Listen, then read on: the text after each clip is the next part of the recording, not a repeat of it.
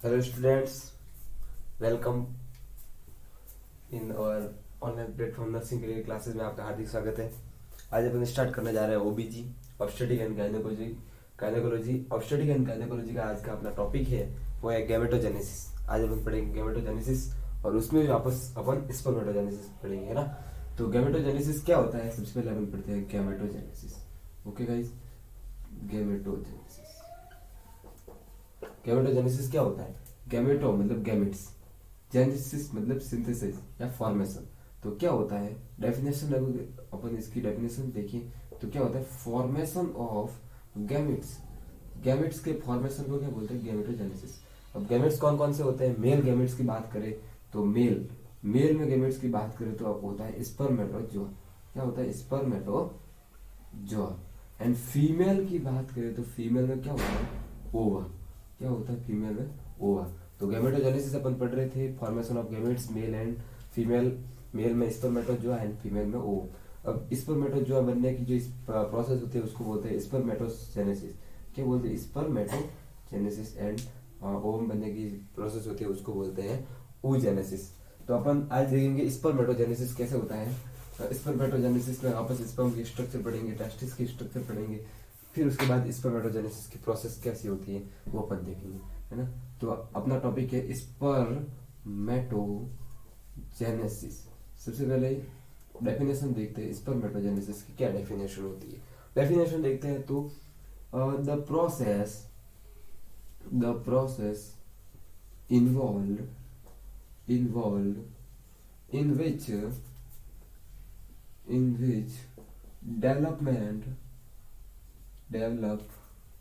development of spermatid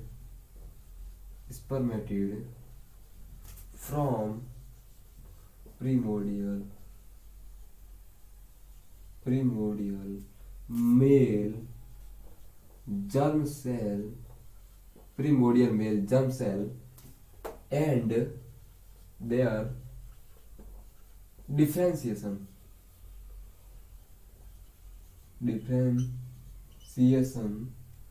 into spermatozoa is known as spermatogenesis। तो कहने का मतलब क्या है कि प्रीमोर्डियल मेल जर्म सेल से स्पर्मेटिड का बनना एंड बनने के बाद उसका स्पर्मेटोजोआ में चेंज होना क्या कहलाता है? स्पर्मेटोजेनेसिस। ये डेफिनेशन थी। अब अपन देखते हैं स्पर्म की स्ट्रक्चर कैसी होती है। नॉर्मल स्पर्म की स्ट्रक्चर में कौन कौन से पार्ट होते हैं तो अपन स्ट्रक्चर ऑफ स्पर्म देखते हैं। तो अपन देखते हैं स्ट्रक्चर ऑफ स्पर्म, है ना। तो ये होती है स्पर्म की स्ट्रक्चर। अब अपन देखते हैं स्ट्रक्चर में सबसे आगे वाला जो पार्ट होता है उसको अपन क्या बोलते हैं? हेड। ओके, ये वाला पार्ट है उसको क्या बोलते हैं अपन? नेक। उसके बाद जो पार्ट होता है उसको अपन क्या बोलते हैं? बॉडी। और बॉडी का एक और नाम है, क्या है? Middle piece. क्या नाम है? Middle piece. एंड लास्ट वाला जो पार्ट होता है उसको क्या बोलते हैं अपन? टेल। तो ये हो गई टेल। अब इसमें क्या होता है? हेड में क्या होता है? न्यूक्लियस पाया जाता है, उसके अंदर डीएनए होता है, क्रोमोसोम्स होते हैं। एंड नेक वाला पार्ट होता है उसमें क्या होता है? माइटोकॉन्ड्रिया पाई जाती है जो एटीपी जनरेशन का काम करते हैं। एंड बॉडी में क्या होते हैं? बहुत सारे अजर ऑर्गेनेल्स पाए जाते हैं। अब इसके ऊपर हेड के ऊपर एक और स्ट्रक्चर पाई जाती है, बहुत ही इंपॉर्टेंट स्ट्रक्चर, जिसका नाम है एक्रोसोमल कैप। और इस कैप का क्या काम होता है कि यहाँ से बहुत सारे एंजाइम सीक्रेट होते हैं। हाई एलुरोनिडेज एंजाइम है, hydroxylase enzyme, acrosin, pro acrosin. ये एंजाइम क्या काम करते हैं कि जो ओवम होता है उसके चारों तरफ की जो लेयर होती है, कोरोना रेडिएटा एंड अंदर की लेयर होती है जो पेरिशोड है, उसको क्या करते हैं? डाइजेस्ट करते हैं। और जिससे क्या होता है? स्पर्म का रास्ता आसान हो जाता है भूमि में घुसने का। तो ये होती पार्ट। अपन बात करें डायमीटर की, बात करें कि स्पर्म का डायमीटर कितना होता है तो स्पर्म का डायमीटर होता है 56 माइक्रोन। ओके, तो ये हो गया स्पर्म के बारे में नॉर्मल बात होती। अब अपन बात करते हैं स्पर्म कैसे बनते हैं। तो इसके लिए अपने को एक इंपॉर्टेंट स्ट्रक्चर पढ़नी होगी, वो है टेस्टिस। अपन टेस्टिस की स्ट्रक्चर पढ़ते हैं और टेस्टिस की स्ट्रक्चर मेल में पाए जाते हैं। टेस्टिस, दो टेस्टिस होते हैं।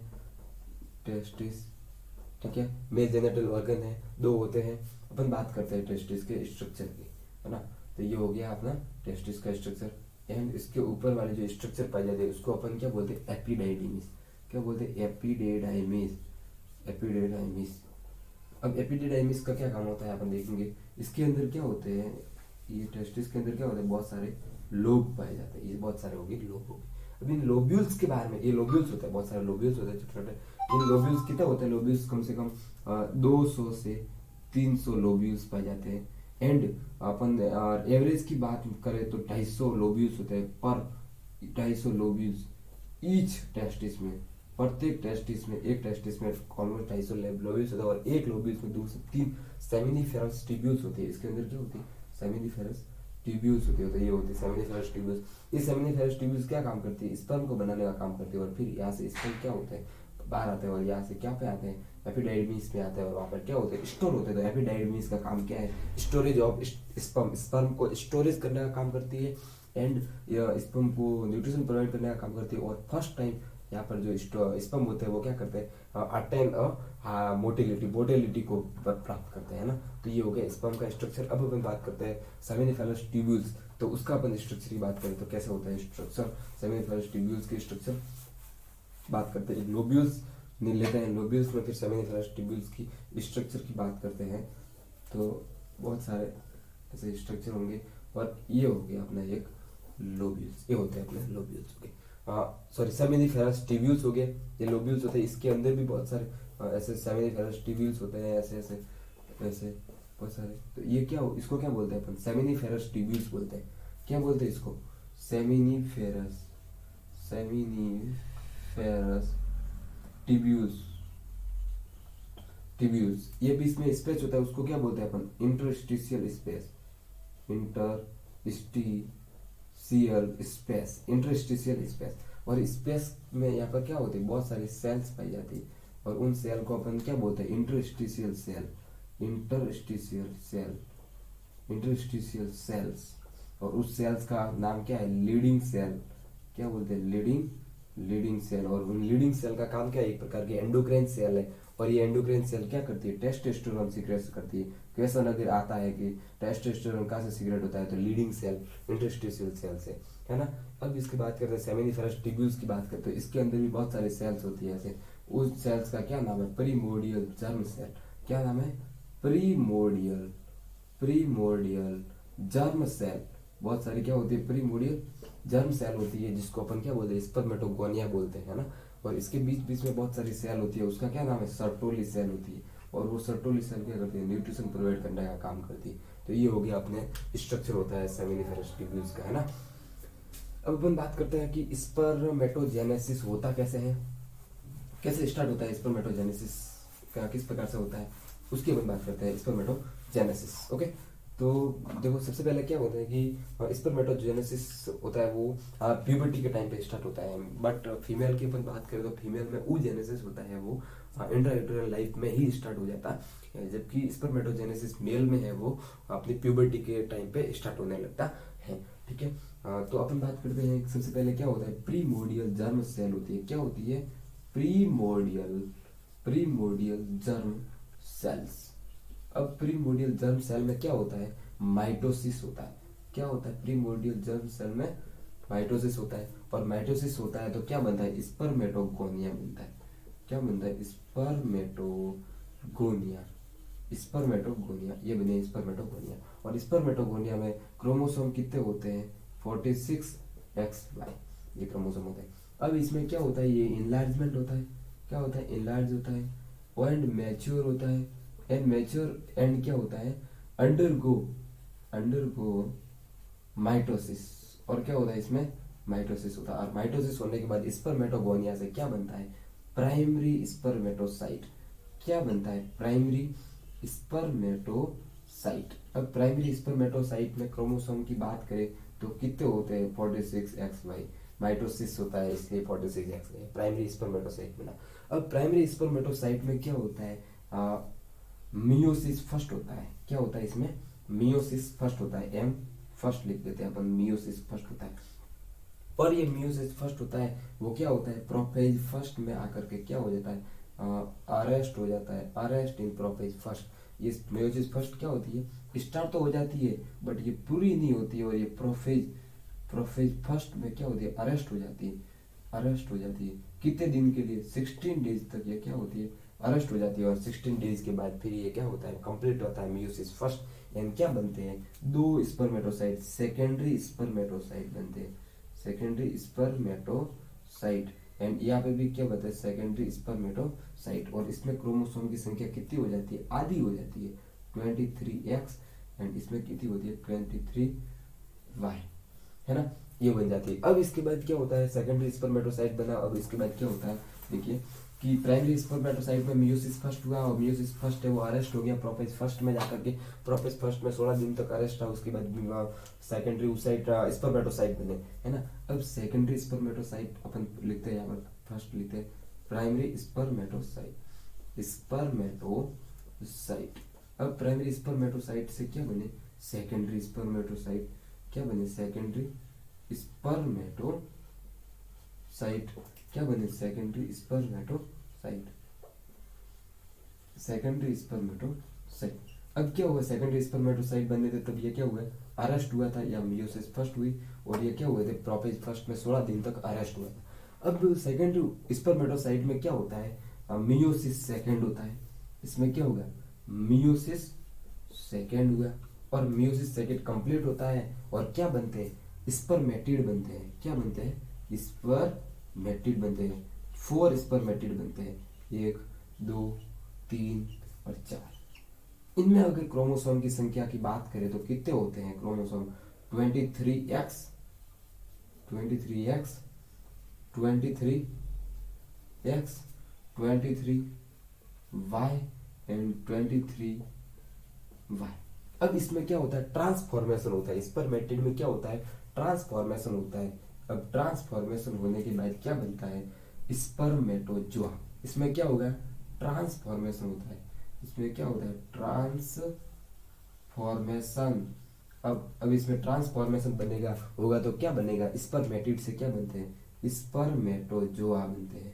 क्या बनते हैं, स्पर्मेटोजोआ। और कितने स्पर्मेटोजोआ बनते हैं, 4 स्पर्मेटिड है तो 4 स्पर्मेटोजोआ बनते हैं।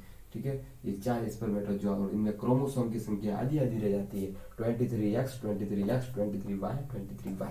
तो इस प्रकार से जब स्पर्मेटिड से स्पर्मेटोजोआ बनता है तो इस प्रोसेस को अपन क्या बोलते हैं, स्पर्मियोजेनेसिस। क्या बोलते हैं इस प्रोसेस को, स्पर्मियोजेनेसिस। इस प्रोसेस को अपन क्या बोलते हैं, स्पर्मियोजेनेसिस बोलते हैं। तो इस प्रकार से अपने स्ट्रक्चर थे, प्रोसेस थी। सबसे पहले क्या बनता है, प्रीमोर्डियल जर्म सेल होती है, फिर प्रीमोर्डियल जर्म सेल में माइटोसिस होता है, और माइटोसिस होने के बाद प्रीमोर्डियल जर्म सेल है वो स्पर्मेटोगोनिया में कन्वर्ट हो जाती है, और स्पर्मेटोगोनिया में क्रोमोसोम होते हैं 46XY। अब स्पर्मेटोगोनिया में क्या होता है, इनलार्जमेंट होता है, मैच्योर होती है, एंड बनते हैं, माइटोसिस होता है, एंड वो प्राइमरी उस स्पर्मेटोसाइट कहलाता है। अब प्राइमरी स्पर्मेटोसाइट क्या करता है, मियोसिस फर्स्ट में एंटर करता है, और मियोसिस फर्स्ट में एंटर करने पर मियोसिस फर्स्ट पूरी नहीं होती है, और प्रोफेज फर्स्ट में जाकर अटक जाता है, अरेस्ट हो जाता है 16 दिन तक, 16 डेज तक। और उसके बाद क्या बनते हैं, वो 16 दिन के बाद फिर प्राइमरी स्पर्मेटोसाइट वो सेकेंडरी स्पर्मेटोसाइट बना, 2 सेकेंडरी स्पर्मेटोसाइट बनाते हैं। क्योंकि मियोसिस होता है इसलिए क्रोमोसोम की संख्या आधी हो जाती है, 23x एंड 23y। एंड उसके बाद सेकेंडरी स्पर्मेटोसाइट में मियोसिस सेकंड होता है, एंड 4 स्पर्मेटिड बनते हैं जिसमें क्रोमोसोम की संख्या आधी आधी रह जाती है, 23x 23x 23y एंड 23। उसके बाद स्पर्मेटिड्स में क्या होता है, कुछ ट्रांसफॉर्मेशन होता है, एंड ट्रांसफॉर्मेशन की वजह से स्पर्मेटिड स्पर्मेटोजोआ में कन्वर्ट हो जाते हैं। एंड उस प्रोसेस को स्पर्मेटिड से स्पर्मेटोजोआ का बनना अपन स्पर्मियोजेनेसिस कहते हैं। इस प्रकार से 4 स्पर्मेटोजोआ बनते हैं। ओके, तो ये अपनी स्पर्मेटोजेनेसिस की प्रोसेस थी। अब अपन बात करते हैं, 2 टर्मिनोलॉजी है कि sperm capacitation and acrosomal reaction. ये क्या होती है, स्पर्म कैपेसिटेशन क्या होता है, अपन बात करते हैं। सबसे पहले अपन बात करते हैं कि स्पर्म कैपेसिटेशन, स्पर्म कैपेसिटेशन क्या होता है, कैपेसिटेशन। अगर स्पर्म कैपेसिटेशन की बात करें तो क्या होता है कि स्पर्म में क्या होता है, कुछ फिजियोकेमिकल चेंजेज आते हैं। स्पर्म में क्या होता है, फिजियोकेमिकल चेंजेज आते हैं, फिजियोकेमिकल चेंजेस। और उन फिजियोकेमिकल चेंजेस की वजह से स्पर्म में क्या होता है, हाइपर मोटाइल हो जाता है। स्पर्म क्या हो जाता है, हाइपर मोटाइल हो जाते हैं स्पर्म। अब हाइपर मोटाइल कब होंगे, जब इंटरकोर्स होता है, जब स्पर्म वहां पे जोड़े जाते हैं तो वो स्पर्म क्या होता है, इसमें फिजियोकेमिकल चेंजेस आते हैं और वो हाइपर मोटाइल हो जाते हैं और जल्दी जल्दी ओवम तक पहुंचने के लिए, फर्टिलाइज करने के लिए, ओवम तक पहुंचने के लिए एबल बन जाते थे। इसको क्या बोलते हैं, स्पर्म कैपेसिटेशन बनते हैं। और एक दूसरी और टर्मिनोलॉजी है, उसका नाम है एक्रोसोमल रिएक्शन। अब एक्रोसोमल रिएक्शन क्या होती है, अपन पढ़ते हैं एक्रोसोमल रिएक्शन। एक्रोसोमल रिएक्शन, अब एक्रोसोमल रिएक्शन अपन ने पहले ही पढ़ा था कि जो एक्रोसोमल कैप होती है उससे क्या होता है, 4 एंजाइम सीक्रेट होते हैं, hyaluronidase enzyme, hydroxylase enzyme, pro acrosin and acrosin, 4 enzyme होते हैं। नाम लिख देते हैं अपन, hyaluronidase enzyme, hyaluronidase, hydroxylase pro acrosin and acrosin, ये 4 एंजाइम होते हैं। और 4 एंजाइम ये क्या करते हैं, जो ओवम होती है उसके चारों तरफ जो लेयर होती है corona radiata and zona pellucida, उसको क्या करती है, उस लेयर को क्या करते हैं, डाइजेस्ट करते हैं ताकि वो स्पर्म है वो ओवम के अंदर आसानी से जा सके। तो ये हमारी क्लास थी स्पर्मेटोजेनेसिस की। तो students, thank you so much.